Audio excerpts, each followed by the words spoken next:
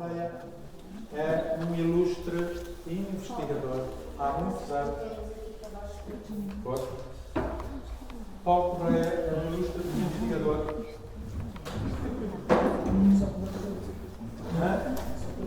Só trouxe um. Pois olha, há alguém que o conhece, sabe que o Paulo só trouxe um. Porque eles são dois. Teve a grande demanda de criar 2 volumes como este. Este é o primeiro. Depois tem um segundo, muito importante. Aonde o conto tradicional português. Há bocadinho estavam-me a falar das histórias que eu ouvia. Aqui estão cerca de 9.000 ou 11.000? 10.000. Pronto, está no meio, está a ver tudo. 10.000 contos tradicionais portugueses. Ou seja, desde há mais de 100 anos que há gente que tem feito a recolha de contos. Hoje, quem conta contos da tradição oral tem muita documentação tratada. Quantos anos, Paulo? Foram 20. 20 anos a tratar documentação. De repente, qualquer contador de histórias que se interesse pela tradição oral portuguesa tem ali uma espécie de Bíblia. Para mim eu penso que o Paulo já sabe, o meu livro de cabeceira. Há muitos anos, embora eu tenha colaborado e continuo a colaborar quando posso com o Centro de Estudos, a verdade é que há ali muita informação. E a informação está tratada, devidamente tratada por investigadores, e nós podemos confirmar aquilo que é ideias com documentação objetiva. E pronto, o Paulo é o homem que acompanhou a doutora Isabel e que agora continua por aí fora. E olha, eu só lhe bato palmas.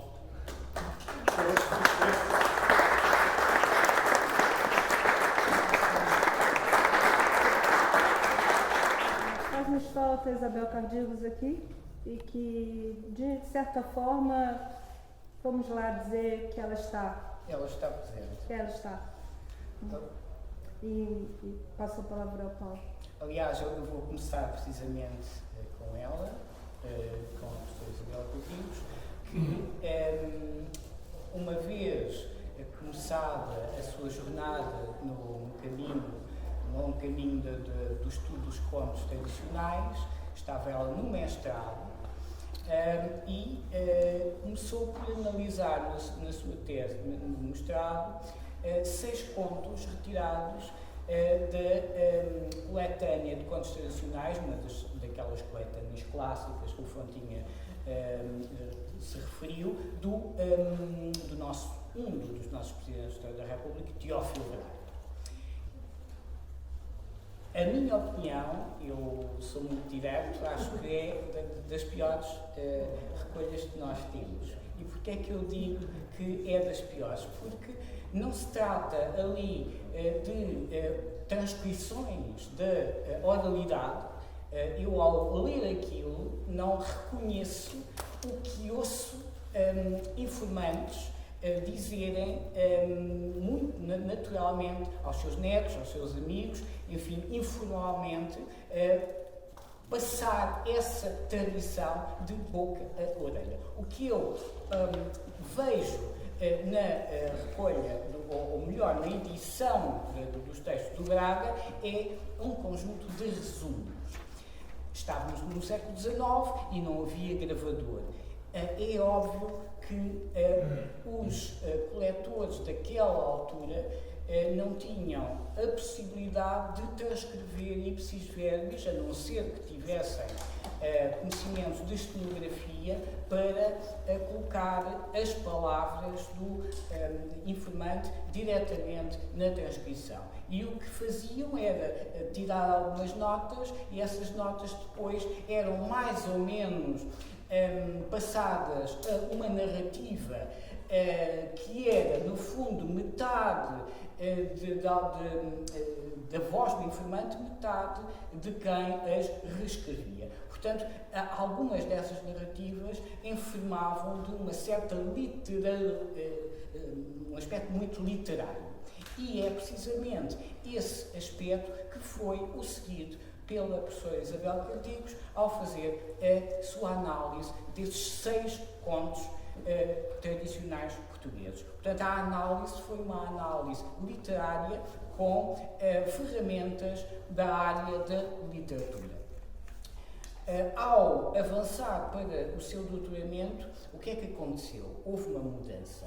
Primeiro, houve a descoberta de um catálogo que, na altura, era o chamado Iron Thompson, portanto, um catálogo que já tinha sido feito inicialmente por um finlandês em 1910 e depois ampliado por um americano em 1926 e uma segunda edição alargada em 1961, onde estas duas pessoas foram buscar a tradição contística de vários países do mundo, porque este catálogo chamava-se Índice Internacional de Contos Tradicionais, e estas histórias foram colocadas debaixo daquilo que os autores chamaram tipos, contos-tipo. E o que são estes contos-tipo? São, digamos que, arquétipos, são narrativas estruturalmente idênticas que são contadas independentemente das línguas em que são contadas, de uma forma em que a história é sempre a mesma. Só que a narrativa não é sempre a mesma. A narrativa vai mudando de acordo com as características da língua, por um lado, as características do próprio contador, por outro, e tudo o que fica entre estas duas maneiras de contar. Portanto, o que estes dois investigadores tentaram fazer foi uma coisa que os antropólogos já tinham feito na chamada escola difusionista. Isto é, utilizaram os contos tradicionais como um dos muitos traços culturais. Isto é, elementos de uma cultura que eram apropriados de uma maneira diferente, mas sempre estruturalmente idêntica, isto é, pertenciam a um fundo comum de toda a humanidade. Pensavam estes estudiosos. E tentaram descobrir duas coisas ao coletar inúmeras versões destes vários contos tipos. A primeira delas é qual a origem de cada um dos contos tipo.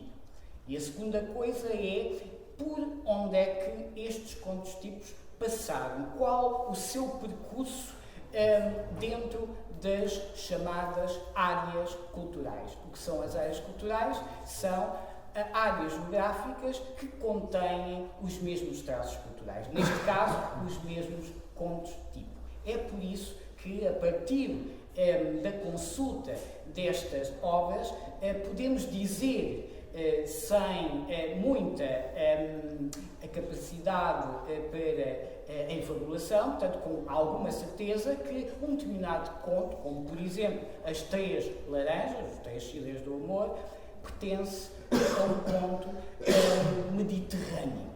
Porque não existe no norte da Europa, por exemplo, não existe na África, não existe na Ásia, etc, etc. Portanto, estamos já a ver que temos alguns contos que são de áreas culturais mais restritas, temos outros contos, como por exemplo a Gata Borralheira, Cinderela, que é universal. Portanto, encontra-se a Gata Borralheira praticamente em todo o mundo. E estes autores deste catálogo, juntamente com outros autores agregados, enfim, a uma editora que lançou a primeira edição de 1910 do catálogo do Arno, e que foi o primeiro volume de uma extensa coleção que atualmente tem 300 e tal volumes, que é Folklore Fellows Communication. E o grosso dos volumes desta editora são monografias dedicadas a cada um dos contos típicos. Portanto, são obras de erudição sobre cada uma das histórias, que com as suas múltiplas variantes ao longo de áreas culturais diversas, países diferentes, línguas diferentes, etc, etc. Com base nesta obra, o catálogo Anne Thompson, versão de 1961, abriu-se uma nova perspectiva para a professora Isabel Cardigos, ao compreender que seria necessário para o estudo dos contos tradicionais portugueses, que nessa altura para ela se resumia, é bom que se diga isto, é bom da verdade, a meia dúzia de obras. Portanto, as clássicas, os serumanos, enfim, talvez fosse a obra mais desenvolvida, digamos assim, mais extensa, com cerca de 700 e tal contos, dessa altura, que era de 86, mais ou menos. E para que o estudo fosse profícuo, para que se compreendesse realmente o que é que estava por trás das palavras e dos significados das histórias tradicionais portuguesas, seria necessário compará-las com outras versões noutras áreas geográficas, como por exemplo Espanha, a França, Norte da África, etc, etc. Portanto, o resultado que, vou meter agora uma inconfidência, talvez possam ter na vossa mão a sua tradução portuguesa dentro de pouco tempo, portanto vai ser, está no Braille. Esta obra vai ser a análise de 4 contos que a professora Isabel Cardigos chamou de femininos, porque o objetivo da tese era um objetivo dentro da área dos estudos de género, era uma área bastante profícua na altura, portanto, penso que anos 80, finais dos anos 80, e, portanto, vamos encontrar nesta obra, chamada In and Out of Enchantment, portanto, entrando e saindo no encantamento, vamos encontrar uma obra de análise, já não literária, mas uma obra de análise folclórica, com um enquadramento, por um lado, feminista e, por outro lado, um enquadramento antropológico. E isso só foi possível graças à intervenção de outra pessoa, um antropólogo, digamos que não muito dentro do mainstream, ainda hoje em dia ele não é muito conhecido, chamado Chris Knight, que dava umas aulas assim gratuitas lá em Londres e que falava muito sobre o poder das mulheres nas sociedades tradicionais, nomeadamente nas sociedades africanas. E a professora Isabel achou tão interessante a teoria que ele usava, uma teoria que ele foi buscar, isto nós somos apenas anões aos ombros de gigantes e, portanto, nenhum de nós pode afirmar dono, enfim, de uma grande criação, a não ser uma continuação de coisas que outros já fizeram. E este cenário foi buscar ao Lévi-Strauss a teoria estruturalista que ele utiliza para analisar determinados rituais, nomeadamente rituais de passagem das raparigas púberes, das raparigas que têm a primeira menstruação, e que ele observou que estava ligado à figura da cobra que mordia a sua cauda, a Ouroboros, em alguns casos. E a teoria vai, a teoria vem, ele cria um modelo de análise que vai ser utilizado precisamente pela professora Isabel Cardigos para a lançar luz sobre estes 4 contos tradicionais portugueses, todos eles vindos da recolha e da edição do Ataíde de Oliveira, uma recolha em 2 volumes, portanto cerca de 400 contos algarvios, metade deles Lolé, o resto do resto do Algarve, editados em 1900 e 1905. Portanto, também esta obra, uma obra clássica e uma obra que, apesar de ter alguns traços também de reescrita literária, não tem uma coisa que normalmente acontece nas coletâneas desta época. E esta coisa, muito má para as edições, principalmente de literatura oral tradicional, é a censura. Censura por 2 motivos. Por um lado, por conter escatologias e, por outro lado, por conter assuntos tabus, nomeadamente sexualidade, ou então parodiar aqueles que têm o poder, não o rei, porque o poder longínquo, o poder absoluto, é sempre um poder que o povo aprova. É aquele poder que está mesmo ao lado do povo, o poder dos padres nas paróquias, o poder dos polícias, o poder dos juízes, dos advogados. É esse poder que nos contos jocosos vai ser ridicularizado. E estes contos, que normalmente estão dentro da grande panela dos contos jocosos também,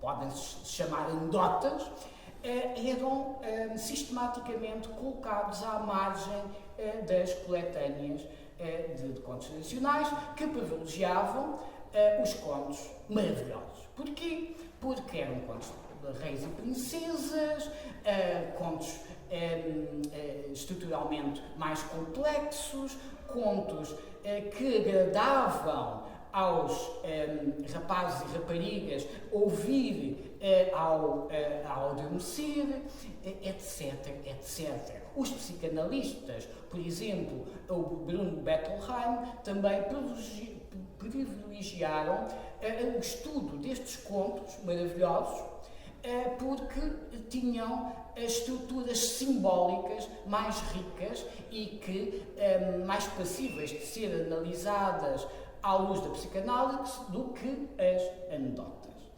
E de que os contos do ogre ou do diabo estúpido. É o que nós conhecemos habitualmente como as anedotas do Pedro Malasadas. Mas que não são contos jocosos, são outra coisa. O que trata estes contos, no fundo, trata de uma relação injusta entre um patrão e um empregado. É claro que o empregado, Pedro Malasadas, faz a vida negra ao patrão e, portanto, inverte a situação de abuso de poder. Estas histórias também eram muito mal vistas, eram politicamente incorretas e, portanto, eram arredadas normalmente destas primeiras recolhas tradicionais. O que é que ficava? Ficavam os contos maravilhosos, ficavam os contos de animais, que o António Fontinha contou aqui uma versão de um deles, os contos religiosos, porque normalmente eram contos que faziam as pessoas rir, a Senhora, as visitas de São Pedro e Cristo faziam às pessoas e de vez em quando puxava as orelhas ali a um ou outro, porque não cumpriam com os preceitos da igreja, não trabalhavam ao domingo, por exemplo, etc., mas não fazia muita moça. Agora, à medida que nós vamos caminhando para as anedotas, aí sim, aí vamos encontrar subgéneros como as histórias da vermelhinha, que eram histórias que quem sabia numa determinada comunidade dizia: isto é da vermelhinha, quando está assim a boca fechada, portanto, daqui mais bocado, quando já não houver crianças, nós vamos contar isso, mas é algo de secreto. Aliás, na terminologia inglesa também se chama estas histórias secret tales, portanto, as histórias de coisas que, enfim, são pouco de salão, não se pode contar para toda a gente. Mas o que é facto é que algumas dessas histórias se contavam em sítios completamente inusitados, como por exemplo em funerais. Contava-se anedotas nos funerais, às vezes, para ocupar a noite inteira que as pessoas estavam ali a velar o morto. Portanto, voltando a esta necessidade de utilizar uma classificação por conto tipo que fosse mais ou menos consensual entre especialistas e cada vez mais do público em geral, é cada vez mais importante para que não só os especialistas, mas os interessados em geral possam saber que determinado conto existe numa determinada tradição, por exemplo, na tradição portuguesa, aqui e ali, nesta ou naquela coletânea publicada, mas também em versão inédita, recolhida, por exemplo, pelo António Fontinha e colocada num cofre secreto com uns CDs com a voz própria dos informantes, portanto, permitindo, tanto quanto isso seja possível, o contacto direto entre quem conta, portanto, o portador desta tradição e o ouvinte em geral, e não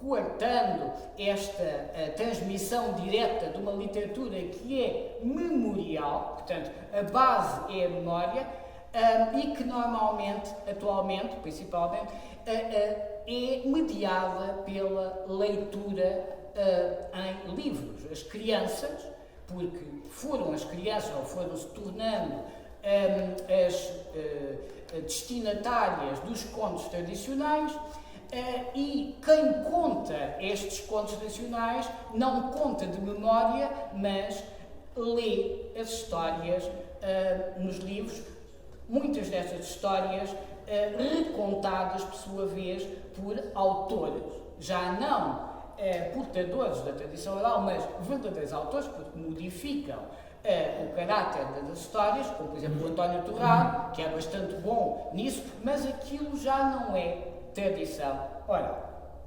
Portanto, esta necessidade de haver um instrumento de aferição dos contos tipos, tornando possível saber que contos tipo, que narrativas é que circulam em determinadas áreas culturais, levou à nossa jogar mãos à obra no sentido de fazer, pôr de pé, uma obra que reunisse esta informação.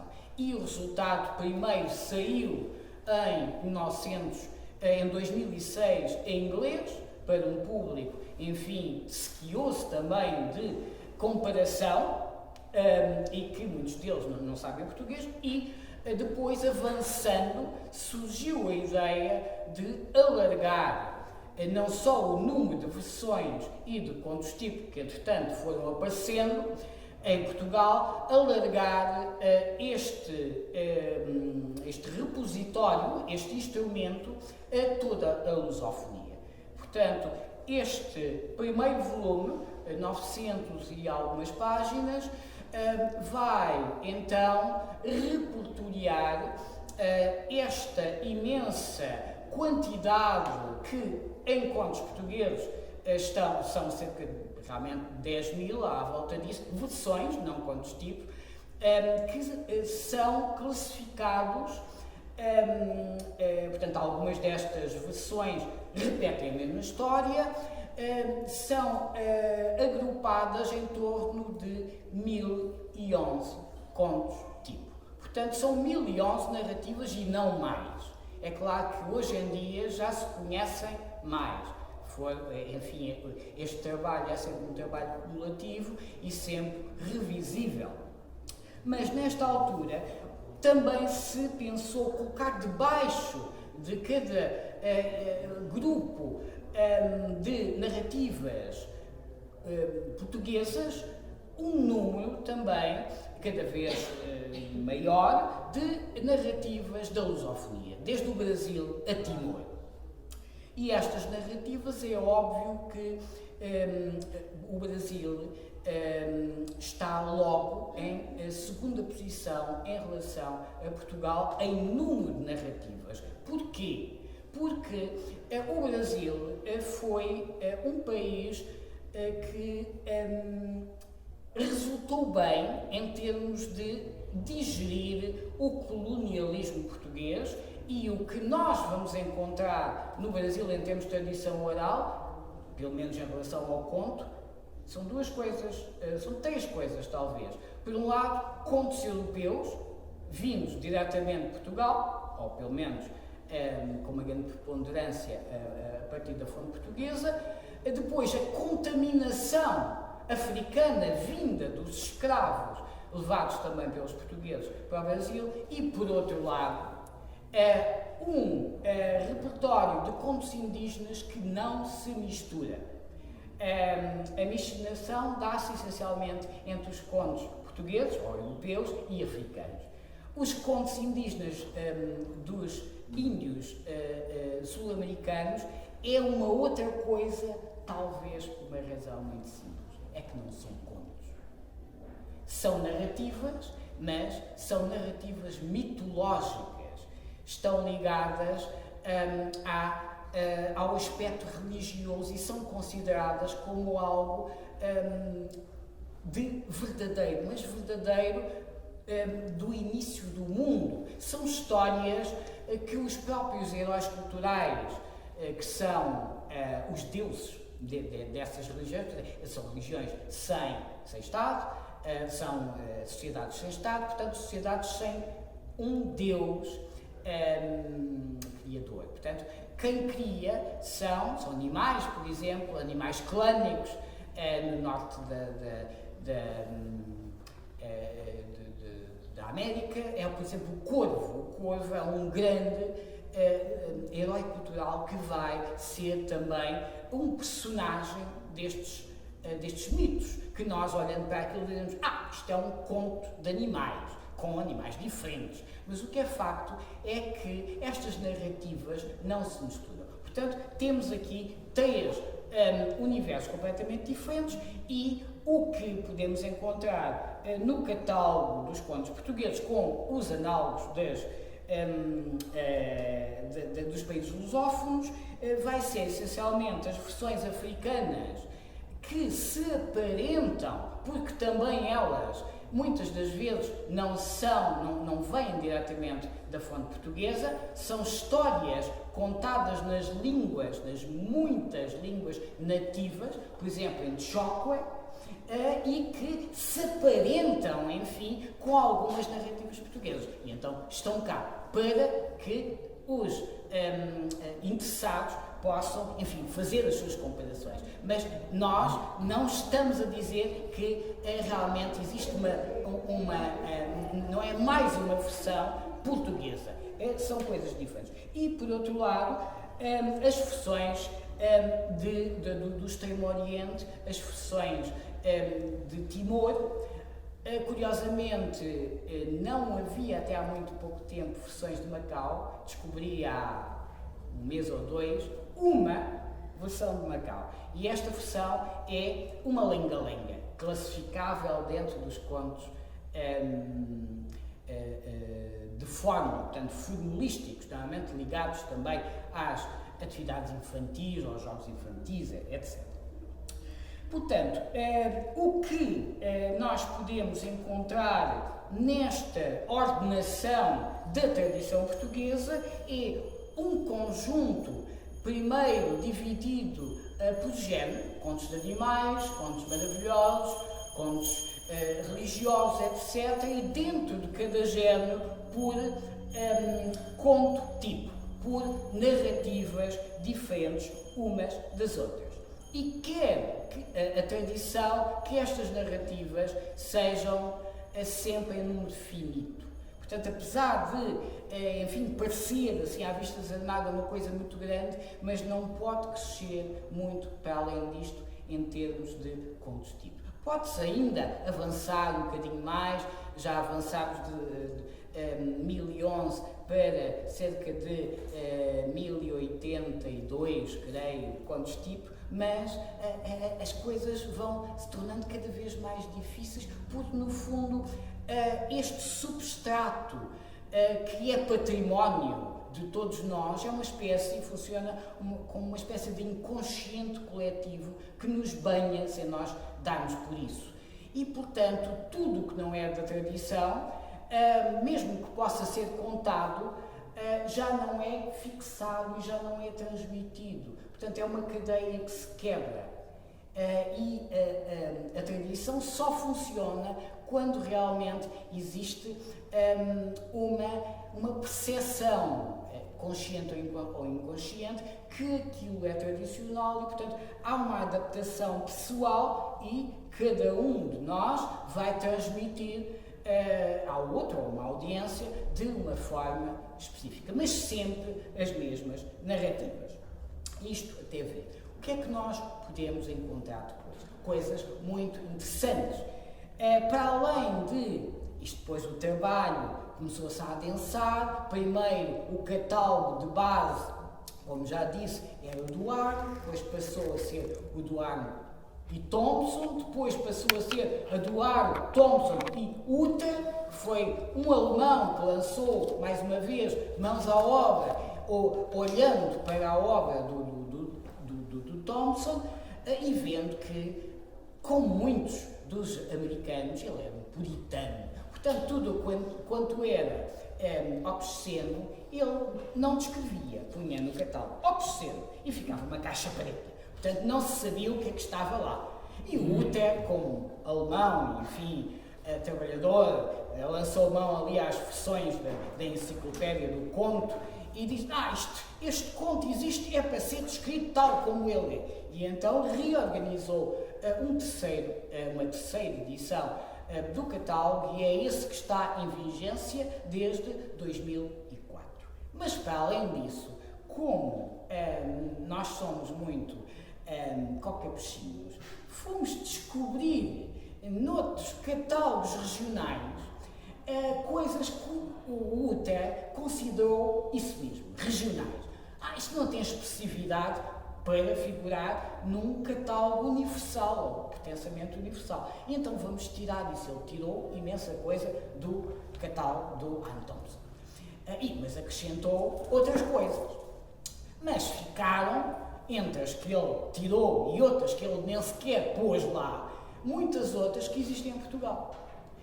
E essas não tinham classificação. Então não é que se foi descobrindo classificação para essas narrativas noutros catálogos ditos regionais. E um dos catálogos mais interessantes é um catálogo de uma americana de origem israelita chamada Regineta Abucha, que foi buscar na diáspora do povo judeu sefardita, isto é, aquele que foi expulso de Portugal e Espanha no século XIV, fez um catálogo só para essas narrativas. E algumas das mini-narrativas que nós poderíamos, olhamos para aquilo e diríamos, isto é uma simples anedota. Como, por exemplo, acho que esta aqui é da Abucha. Um rapaz andava sempre azafamado de trabalho, casa, e os seus amigos ofereceram-lhe uma bicicleta para ele fazer o trajeto. É uma bicicleta já muito velhinha, mas ele andava sempre nela, enfim, lá furava um pneu e ele continuava aquilo. Às tantas, um belo dia passa à frente de um funeral e está a acontecer o funeral de uma mulherzinha que ele até conhecia. E ele deixa a bicicleta à porta do cemitério e vai lá dentro. Quando volta, então não é que lhe tinham roubado a bicicleta. ele desata num pranto inconsolável. E vem uma vizinha dele e ao tentar consolá-lo, deixa lá, que ela, enfim, já conheceu o tempo contado, já era velhinha, e vira-se o rapaz pensando que era sobre a bicicleta, pois era velhinha, mas eu todos os dias me montava nela. Esta anedota, não é, da velhinha, digamos assim, é uma história contada pelos sefarditas. Portanto, estas coisas podem nos levar bastante longe. O catálogo avança por aí afora na catalogação de tipos e termina com uma bibliografia que, no fundo, é o mais importante deste catálogo, um índice remissivo para quem, por exemplo, estiver à procura de contos nacionais sobre homicídios, vai aqui, homicídio. Conto tipo 960, conto tipo 960B, e vai lá ver quais são os contos que falam em homicídio. Depois, um índice por conselhos e um conjunto de versões pertencentes a cada um dos conselhos. Oeiras tem versões aqui, mas ainda existem 40 conselhos em Portugal sem nenhum conto, com 0 contos recolhidos. Portanto, ainda temos muito que trabalhar. E no final, uns mapazinhos para ilustrar o espaço geográfico onde circulam estes contos. O segundo volume é uma antologia constituída por uma versão completa de cada um destes contos tipo, desde que existam pelo menos 2 versões catalogadas, porque se só houver uma, não aparecem. Portanto, dos 1011 contos tipos, aparecem nessa antologia cerca de 600. E acho que podemos terminar por aqui e fica à vossa disposição.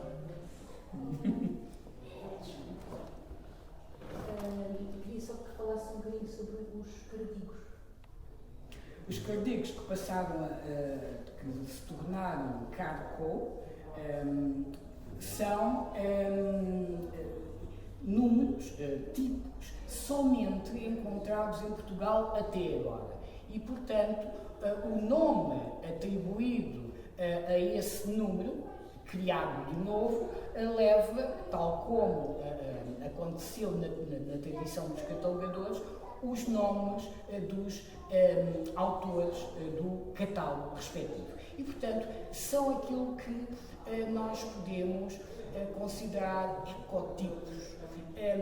São tipos que só existem num determinado ecossistema, neste caso no ecossistema das narrativas tradicionais, e que ficam, portanto, à espera que apareçam outros congéneres internacionais e que o responsável pelo catálogo internacional se digne, uma vez que já não é um ecotipo, passar essas histórias com o mesmo número ou com outro número diferente, porque isto aqui, os números são apenas convenções, o que interessa são as histórias, para o catálogo internacional, para se, enfim, dar a conhecer ao mundo e a outros investigadores, a outros interessados que têm outras línguas e outras tradições contísticas, que existem em Portugal um certo número de versões com esta história. Já agora, isto não é um ecotipo, mas não resisto, porque esta é talvez o grande mistério da tradição oral portuguesa. Todos os que estamos aqui, quase que aposto, conhecem a história da cabacinha. Corre, corre, cabacinha, corre, corre, cabação. Pronto, isto é a parte final, a parte formulística. Esta história, que é uma simples história, que é parecida, enfim, estruturalmente com a história do capuchinho vermelho, mas com uma velha, é hiper conhecida em Portugal. existem cerca de 150 versões, enfim, eu já lhe perdi a conta, de tantas que são, e algumas até são rejeitadas, por estarem mal contadas, porque já nos damos, enfim, ao luxo de fazer isto. Esta história que principiou por ser o ecotipo, isto aqui só existe em Portugal, mas é muito estranho, porque são muitas versões. Fomos encontrar, aqui mesmo ao lado em Espanha, 2 versões na Extremadura, mesmo aqui ao lado de Portugal. Uma em Angola, levada por quem? O próprio António ouviu da boca da mãe, não é? Na Lunda, uma segunda versão angolana, neste caso, vinda da Lijó, portanto, luso-angolana. No Brasil, na Bahia, foram encontradas 2 versões que, em vez de aparecer com um lobo que quer comer a velhinha, aparece com um macaco. Portanto, um outro animal, quando nós mudamos da área cultural, aparecem estas surpresas, mas no fundo a história é a mesma. E para além destas versões, uma no Nepal e 6 no Irão. Como é que fomos encontrar as 6 versões do Irão?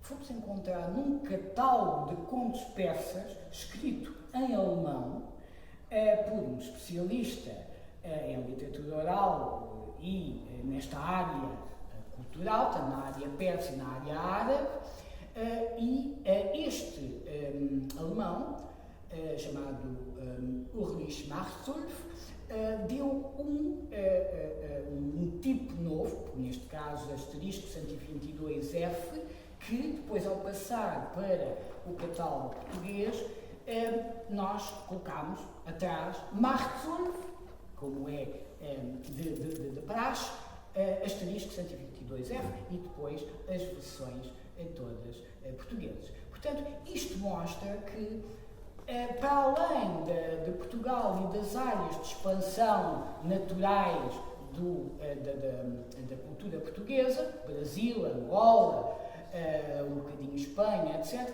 vamos encontrar na Pérsia um manancial com 6 contos, que depois, mais tarde, em pesquisa direta na Universidade do Algarve, na comunidade iraniana de alunos, descobrimos que afinal eles conhecem, até começaram a chorar, tudo assim. Portanto, isto é muito conhecido na Pérsia. Como é que há esta identidade tão grande entre Portugal e a Pérsia e no resto do mundo? Zero. É um mistério que, por ser mistério, vai continuar mistério. Mais perguntas? Parece que havia alguém ali atrás. Posso dar os parabéns? Alguém ali atrás? É a Ana Sofia há bocadinho. Não, eu só a propósito do mistério. Eu olhei alguém ali atrás e olhei. Em 95, há um bocadinho falei de 95, porque ali naquele segundo lugar, se olharem para trás, está lá um homem com menos cabelo do que há bocado, e menos barba também. Que agora está a olhar para mim com o ar, já me está a deixar. Há bocadinho estava lá o Kiko. É por isso que eu estava a falar mais cabelo e mais barba. Que eu conheci também em 95. Que era aquele senhor que está ali de óculos, que era o Kiko. Me ouviram contar esta história, a velha da cabaça, em Guadalajara. Numa das grandes surpresas, aonde configura que nós, narradores, sem querer, muitas vezes interferimos com estes mistérios extremamente densos. Na altura não tinha absolutamente consciência dos mistérios densos. A verdade é que nós estamos em cima deles hoje em dia. Isto não é uma coisa de iluminados, é uma coisa do dia a dia, porque é viva a tradição oral e continua a ser. Em 95, quando eu cheguei a Guadalajara, havia um momento de Guadalajara que era um grande festival, e continua a ser um grande festival de narração, com contos na rua, muita dinâmica, e havia um momento de manhã, domingo de manhã, onde só os doentes da narração iam lá contar histórias. E então estavam os contadores todos convidados, em 95, daquele domingo de manhã, e 2 ou 3 estudiosos, assim como a Isabela como o Paulo. Neste caso não estava a Isabela e o Paulo, que eu depois encontrei em Guadalajara mais tarde, mas estava um espanhol fabuloso, que é o tal que classificou estas 2 versões espanholas, Julio Camarena, E o Rúlio Camarena, que estava sentado assim, por ali, ouviu-me também contar da velha cabaça. E porquê que eu contei a velha da cabaça? Porque em Portugal toda a gente conhece, os espanhóis são um bocado duros de orelha, em Madrid, e então eu disse, este eu não vou contar em portunhol, este eu vou contar, porque já tinha ganho confiança que eles gostavam da minha maneira de contar, então ontem gostaram, ontem gostaram, hoje vai mesmo em português. Então tenho que contar um capuchinho vermelho. Só que eu não conto o capuchinho vermelho, vou contar a velha da cabaça, porque toda a gente conhece, então a gente fala em português e os espanhóis percebem o que a gente está a dizer. E abri a boca e contei, e era vê-los calados como vocês. E eu vou dizer, mas eles estão a perceber ou não estão a perceber? E continuava a contar a velha da cabaça, porque a minha mãe me tinha contado, e eu estou a contar para vocês, e tarará, e todos calados como vocês. E no final acharam graça, porque eu me tinha exprimido com com a voz e com o corpo, em termos performativos, a funcionar. Mas depois estavam assim um bocado estranhos. E o único que me veio dar os parabéns e que veio falar comigo a correr foi quem? O Júlio Camarena. Ficámos amigos, escrevemos cartas, trocámos correspondência. Porquê?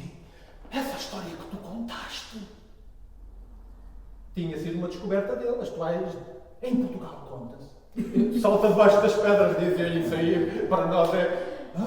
Ele pensou, os contadores de histórias são assim muito imaginativos, com certeza. Mais tarde ele confirmou com a doutora Isabel e as coisas bateram certo, mas isto é de 95, a mesma lógica, estamos a olhar para ali. Então um tipo diz assim, mas isto é possível no tempo moderno, com a investigação moderna.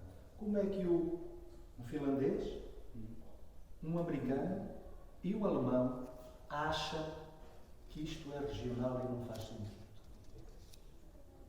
Como é que nós, para metermos o conto lá, temos que ir por um estudioso na Alemanha, mas catalogador de outra área?